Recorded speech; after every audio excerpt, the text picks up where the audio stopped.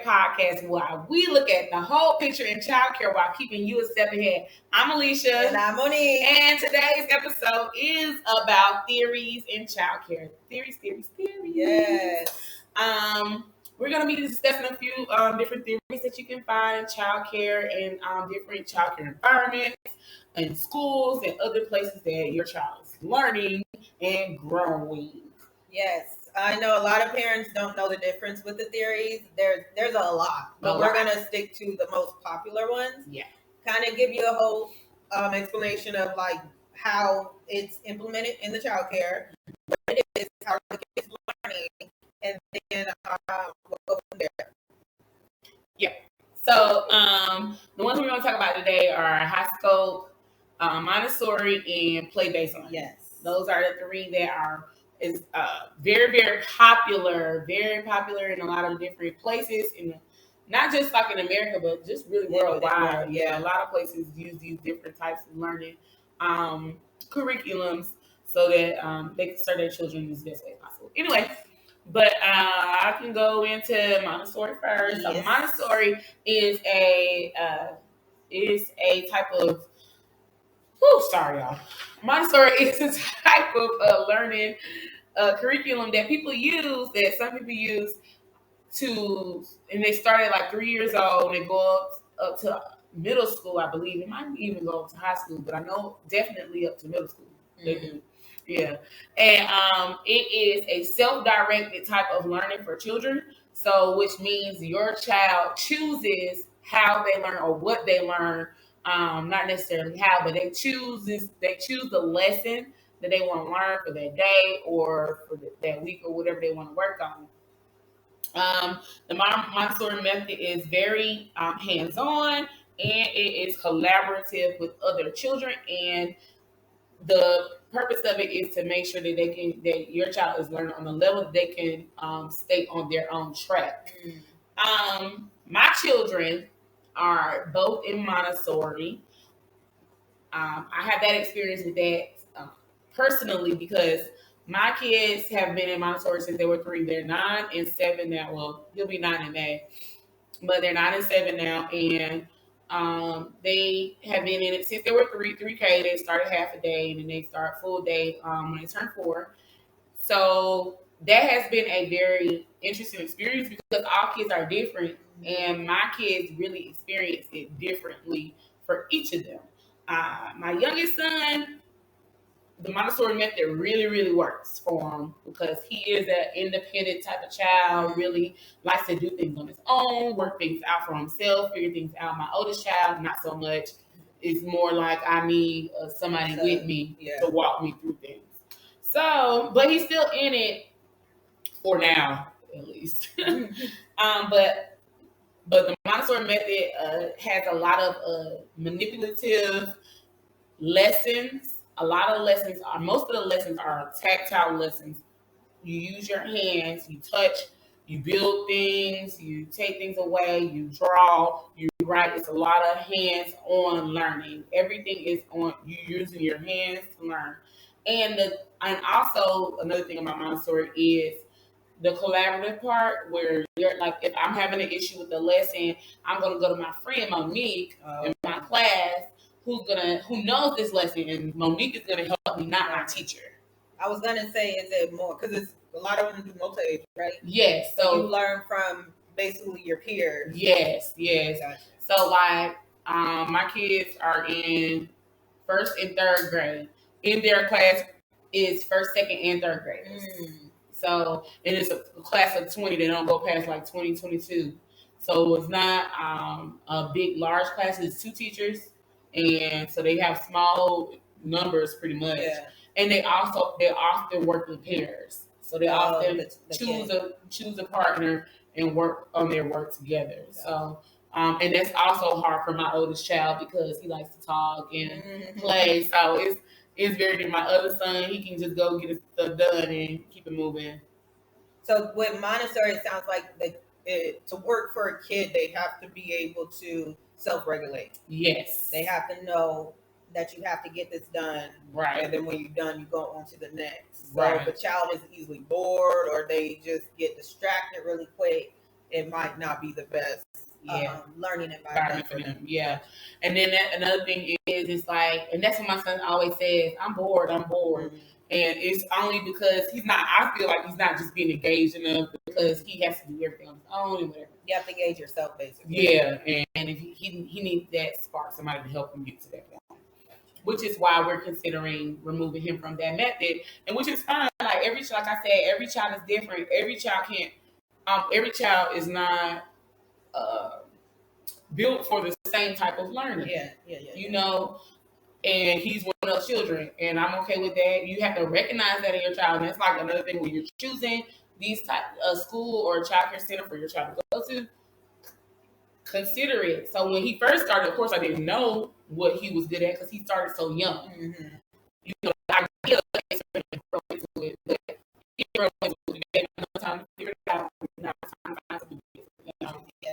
But but there are different like learning through play. What might be a lot better for him. So play based is basically what the name says. It's play based. So these types. This is like a majority of daycares do play based. Mm-hmm. They learn from playing. So these kind of have the centers where they're set up of like housekeeping blocks, all that stuff. And then when the kids are in those areas and playing, the teacher is involved, but not so much. The teacher's job is to engage and kind of help direct or guide the learning, but the children, are the ones who are playing and they're learning. Yeah. So with like say they're in housekeeping, which is like the center that's supposed to be like your house or whatever, they're playing, but they're recalling things from like their home life, or if they're playing restaurant, they're playing from what they know, like, okay, you're a server, I'm this, and then you're supposed to have like materials that help them learn. So you might have like the notepad to help with the writing. The teacher might be sitting and, ask questions, lots of open-ended questions, lots of child-led play. So open-ended questions is like questions that don't really have an answer. Mm-hmm. So if we're playing with the blocks, it could be like, how many blocks do you think we can build a house? We don't know how many blocks, but the kids will give this number, and then let's try it. And then, you're counting, and then you're helping them with the cognitive skills because then they're problem solving. So play-based is basically like child learn open-ended questions where the kids are engaging and playing, and the teacher is there just to kind of guide and lead the playing to help with the other developments that they have. So the next one is Highscope. Yeah, Highscope is a little different. I know Highscope. I've never used Highscope in a child care setting personally, but I know there are a lot of places there too. But Highscope is basically a type of learning that is really project-based, team-based, team assessment. A lot of times the children choose what they're learning as a group, and they all come together and participate in active learning, and they participate with a lot of positive adult interactions. So whereas in Montessori, it's almost no adult interaction. It's but play based is about in the medium. Highscope is more. So a lot of times the teachers are asking more questions and getting more involved and doing that teaching on that project level. So let's say you want to learn about trees. You take trees and you learn about everything about a tree, every single little detail that you can think of. Mm-hmm. That's what you're gonna learn about a tree. All the kids are gonna have their input on it and whatever, and then that's how you just explore that one subject and figure out how that works. A lot of kids are good at collaborative work. Mm-hmm. A lot of children enjoy collaborative work. My youngest son does not. I know I use my kids and it's a lot, but he does not enjoy collaborative work. He want to do it on his own, leave him alone, and he'll finish it himself. Well, he kind of like his mama. I was the person in the group. I'm like, don't worry about it. I just do all the work. I do all the work. Go over there. I'll do it. Because y'all ain't finna mess up my grade. Yes. I get it done, and we come back, and talk about it. I'll take his input, but I'll distribute this is what you did. You gonna draw the pictures. Here's your drawings that you did. This is your speech that you're going to say. You're the narration. Right. Here's what you're going to say. These are your index cards. Do not. Do not. Look, never mind. I'll just do it. Y'all sit down. I did it. That was me. I promise you it was. Because I made groups like.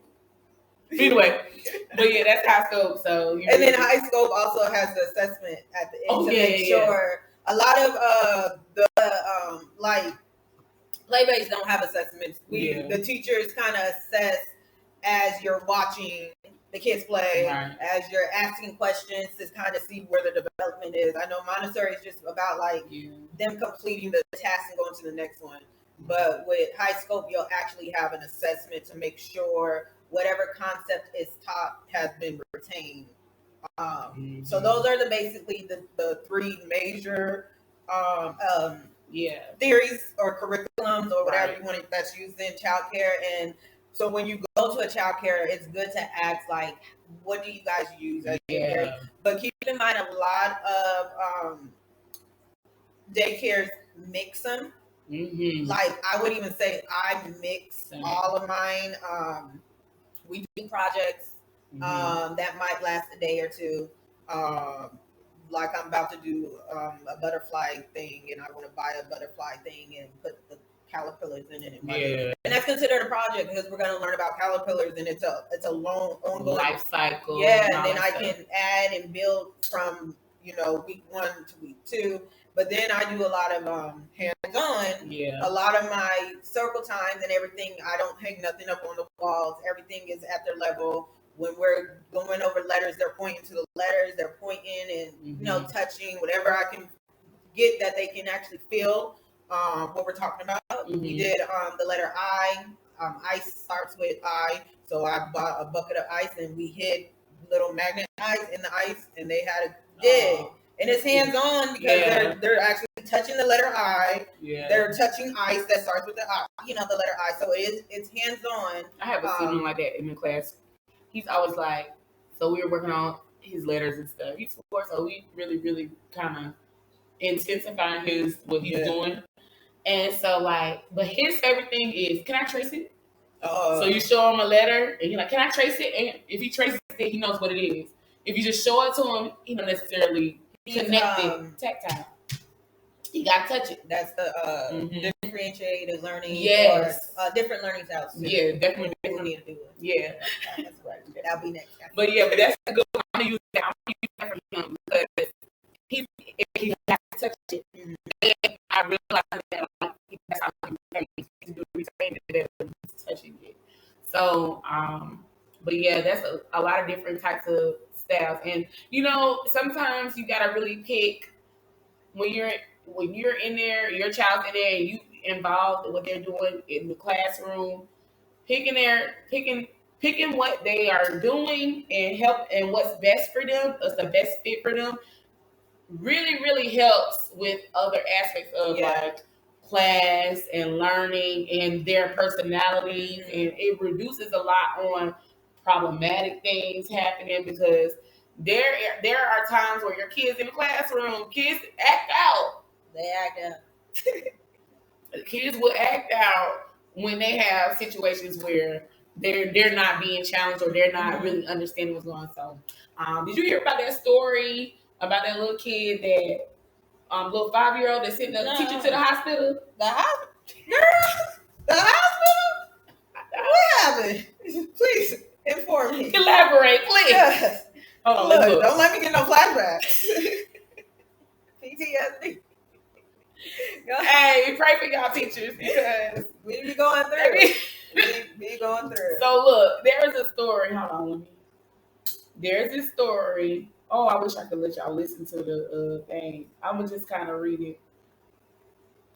So the child reportedly hit the teacher with his feet in his hands. It started when the 4-year-old and a 5-year-old started throwing objects around the room and flipping chairs towards the teacher. So anyway, so the teacher, they get in this little situation. The teacher calls for help, And boy, do I know about calling for help. Help don't come fast enough. Okay? Flashback. Anyway, they call for help.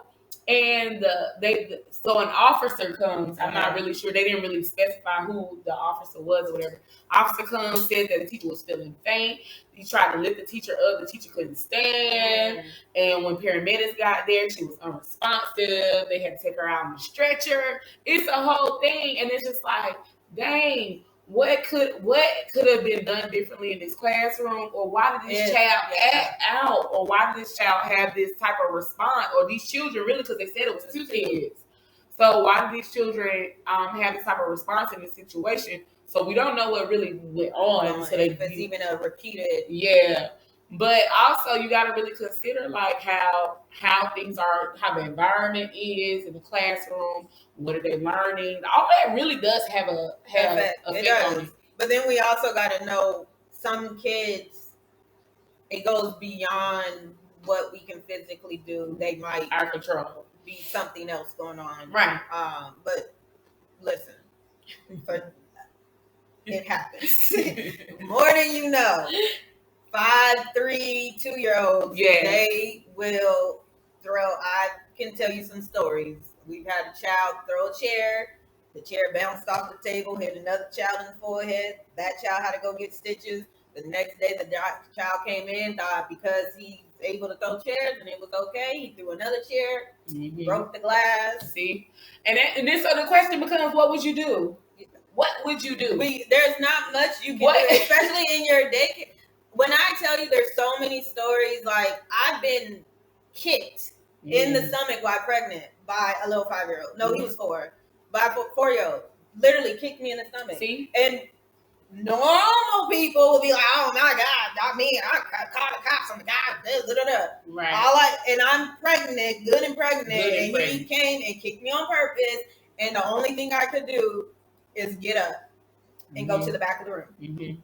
And I was so mad. You know, when you get mad, you be crying. I was that mad. And the next thing I did was walk to the phone. Because there's not much we can do to the child. The child just still chilling, acting like nothing was wrong. Right. And I'm tearing up, crying, not because I'm hurt, just because let me control myself because this is my job. Right. And I literally was like, y'all need to send the person in here because I'm going home. Right. And when I'm walking out the building, stopped at the director's office and said, if he's still in this class when I come back tomorrow, I'm not going to come back. That was it. Because at this point, it's like you're putting my child and me in danger. Like, say if I would have went into labor because of something, you know what I mean? It would all go back to what happened. And then, you know, it was a lot. And yes, they did have to move the little child out the classroom. I got that call that day, like, hey, we moved him. So you're all right to come back. Sure. So, you know, I did come back, but yeah, it's situations that you just don't expect. We had a kid that was not even a child that had any diagnosis or even seemed like that a diagnosis was necessary. But still, these situations happen. So another teacher was in the class. The child was having a meltdown. Well, not really a meltdown, a temper tantrum, we'll call it. Was having a full-on temper tantrum, screaming, fussing, fighting, da-da-da. And so our training says, get down on the child's level. Talk to them face to face. This is what training, okay? Talk to them in a soft tone. Reason with them. Talk to, be direct. Say what you need to say. Let them know what your boundaries are, your expectations are. That's training, okay? But training don't tell you what to do when you get down that child's level and that child spits directly in your face. Y'all. Now, granted, I was in this situation, I was support. I was staff support. Yeah. So, but I said, oh, come here. Come on, come with me. Come with me. To the child? I just put a child out of the way. I said, come on with me. Yeah, come on with me. And I turned around to my team member. I said, are you okay? She said, no. I said, take your time. I got this, okay? one of them situations where you made a call and nobody, you know what I'm saying? It's like might not have the support. Might not have the support that you need in that moment. I was her support. Now, granted, did we have other children in the classroom? Mm-hmm. Yes, we did. They needed to be tended to, but they were away from the situation and safe. Mm-hmm. And as long as that's there, I had line of direct line of sight with them. But at the same time, it's just like you have to deal with these situations in the moment. And it's like, what would you do? And you don't know. What even if you're like, oh, I would have did this. Please believe. Yeah. Like I say, the kicking, the throwing of the chair, I done got my neck scratched up. I don't even see a block about that thick thrown at we got it. My knee. Big bruise on my knee. Yes. I mean, I can tell y'all some stories. And first of all, being a teacher or even dealing with kids, you have to have a lot of patience. Yeah. And you can't have an impulse of like, because you're in the moment, you want to, but you have to remember like it's a child. Right. And so every time it's just like, yeah, come here, Johnny. Go sit down over there. Right. That sounds like, I think when I got kicked was the first time I actually left. I was like, I'm not doing this. Other times I've stayed, just called my other teachers, kind of like, let me take, or if it's a teacher who I'm dealing with. We always had like a sign, I guess, when you're, and I'm feeling like with that story, the teacher might have been just a little overwhelmed. Mm-hmm. I feel like, and we don't know that this behavior it was ongoing. This is not the first time. And at that point, you get so tired. And that's why a lot of the workers call out and stuff, because of things like this. You get tired and overwhelmed, and it might just be the day where it's like, I just can't do this anymore.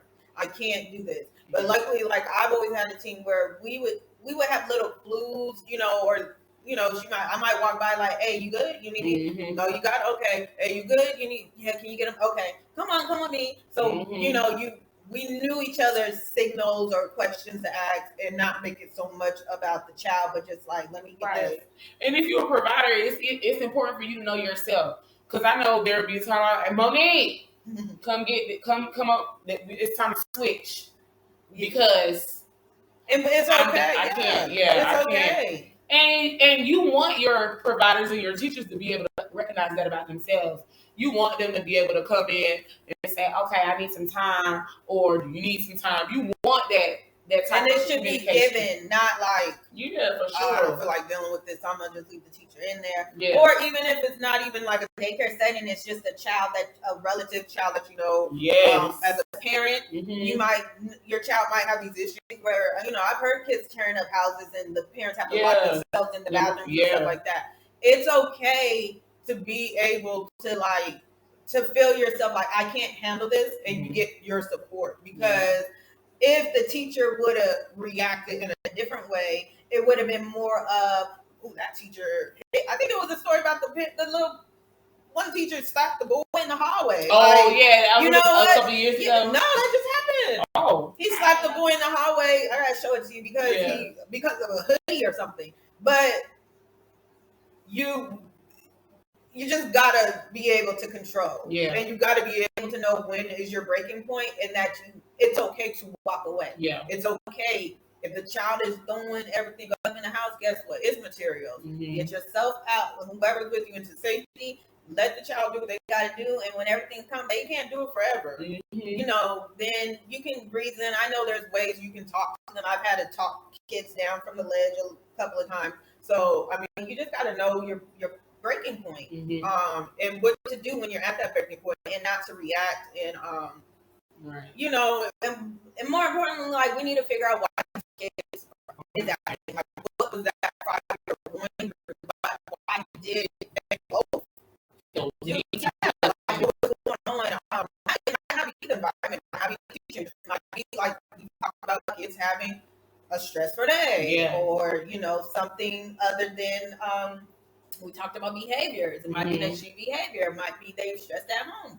They might see that behavior at home, right? And they just knowing daddy throws chairs and mommy breaks windows, so that's how I'm going to do it too. Yeah. So we just never know. All kids stuff is learned behavior. Everything that, not just children, everybody. everything everybody does is a learning behavior. And you learning good positive behaviors or negative behaviors. They're all learned.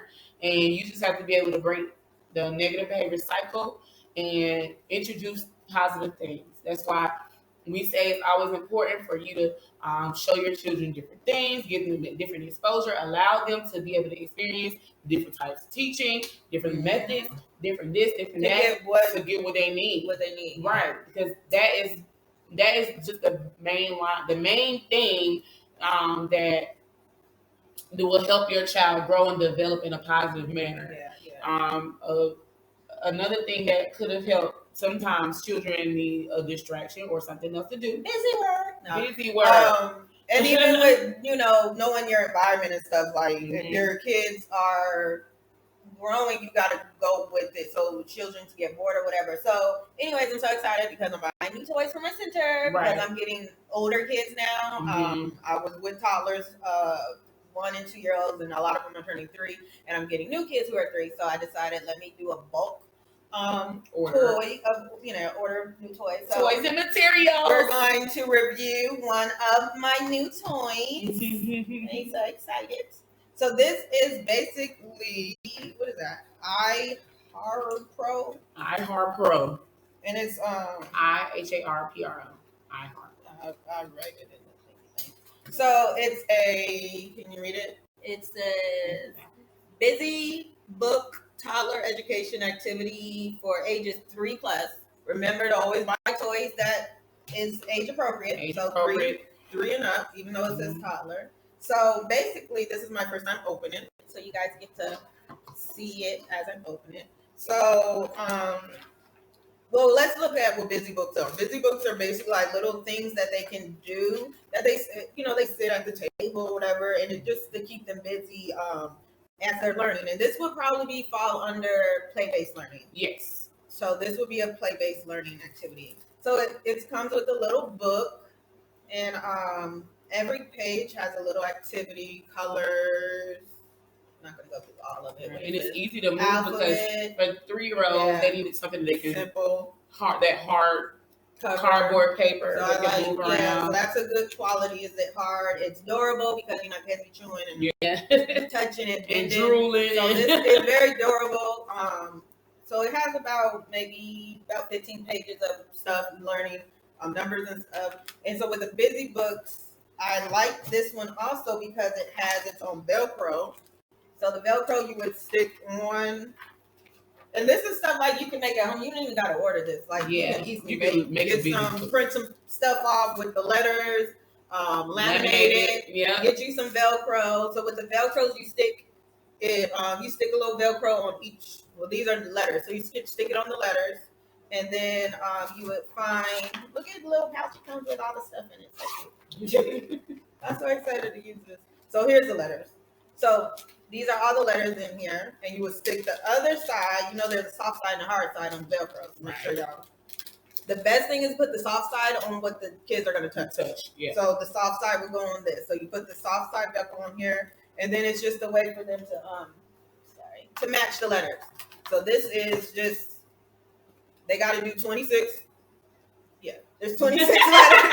So this is 26 little things they got to stick on here. So they would stick, this is the letter K, stick it on here, pick up the next letter, stick it. And it helps with letter recognition. Well, the letter page will be letter recognition, matching, problem solving, because they got to figure out what to do. Which goes where. What goes where, and for teacher, guidance, you can kind of help them like, ooh, you got the letter K. What's this K say?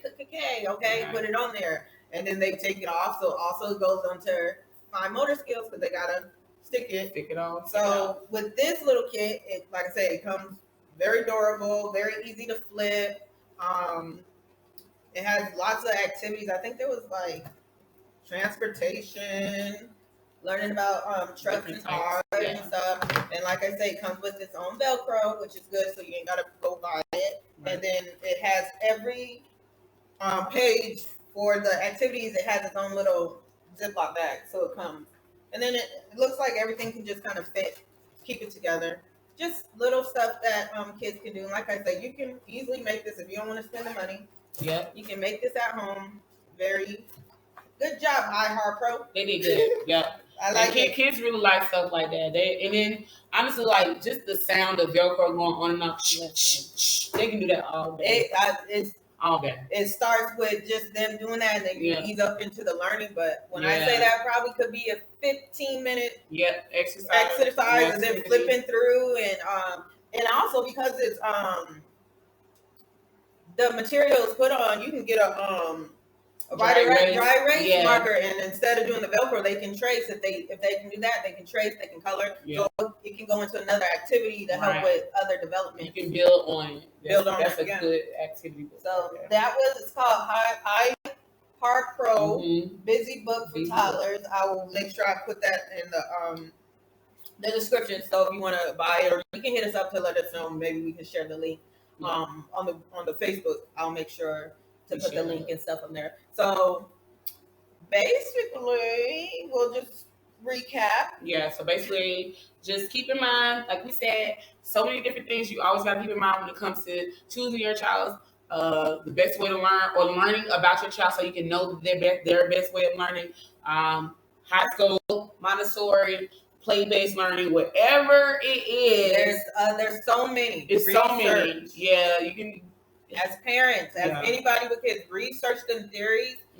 You either research the theory so you can find a daycare that is specific to that theory, or when you go into the daycare or home or whoever's watching your kid, you can ask them, what theory do you go off of? Yeah, I had a parent that come in and asked me. I know this is real quick, but I did have a parent that came in and to do a tour the other day, and she was like, "Well, what do y'all do?" You know, and I was telling her how we mix, like you said, we mix a lot of the different theories. Another one people tend to use a lot, a popular one is the creative curriculum. So you take teaching strategies. But that's considered play-based. So that's a play-based curriculum that we use. Anyway, but I take little pieces of that out and add on my little twists and stuff like that. But yeah, definitely when you come in, ask away. If it doesn't fit you or your child, or the direction that you want to go, then find something that does, or even ask, because some people might be open to changing, or they might be in the process of changing how they're doing things or whatever. So definitely just I would do some research. Familiarize yourself with the theories, and also even as child development workers, I actually was going to do an interview, and they asked me, I forgot what theory it wasn't one of these, but they asked me if I knew about this theory. And luckily, because I'm in school, I had recently learned about this theory, so I knew what it was about and how to say it, because a lot of the times we as workers, we are doing the learning, but we don't even know what we're doing. Yeah. So it's good, even if a parent comes in and they're like, how do you learn? And you're just like, we learn our ABCs, we learn our numbers. It's good to be like, we're play-based learning. Yeah. Touch of Montessori. Right. A little bit of Highscope, and then you sound like, okay. I don't even know what this is, but it sounds great. Exactly. It's using the language is a good way, and as parents, knowing the language is a good way to where the work you can gauge. Yeah. Oh, she knows what she's talking about, right? Let me make sure I'm on my P's and Q's or whatever. Sure. So, but yeah, definitely keep all that in mind. Definitely check out all those theories. If you got any questions, you can always contact us at AWSA Oscar Podcast on Instagram, Oscar Podcast on Facebook, or a whole step ahead on Facebook, YouTube. Of course, the links will be right here. We'll make sure it's right here. We'll make sure we put it all up. Right there. And check out our own podcast. We have a link tree with everything on it. Just click on the link tree so you can find where we at. But yeah. And then if you have any current events, or if you have a story, or if you have something that you want us to talk about on the show, make sure you message us or whatever. We'll talk about it. Let's talk about it. Let's talk about it. So be on the lookout. All right. See y'all next time. Bye.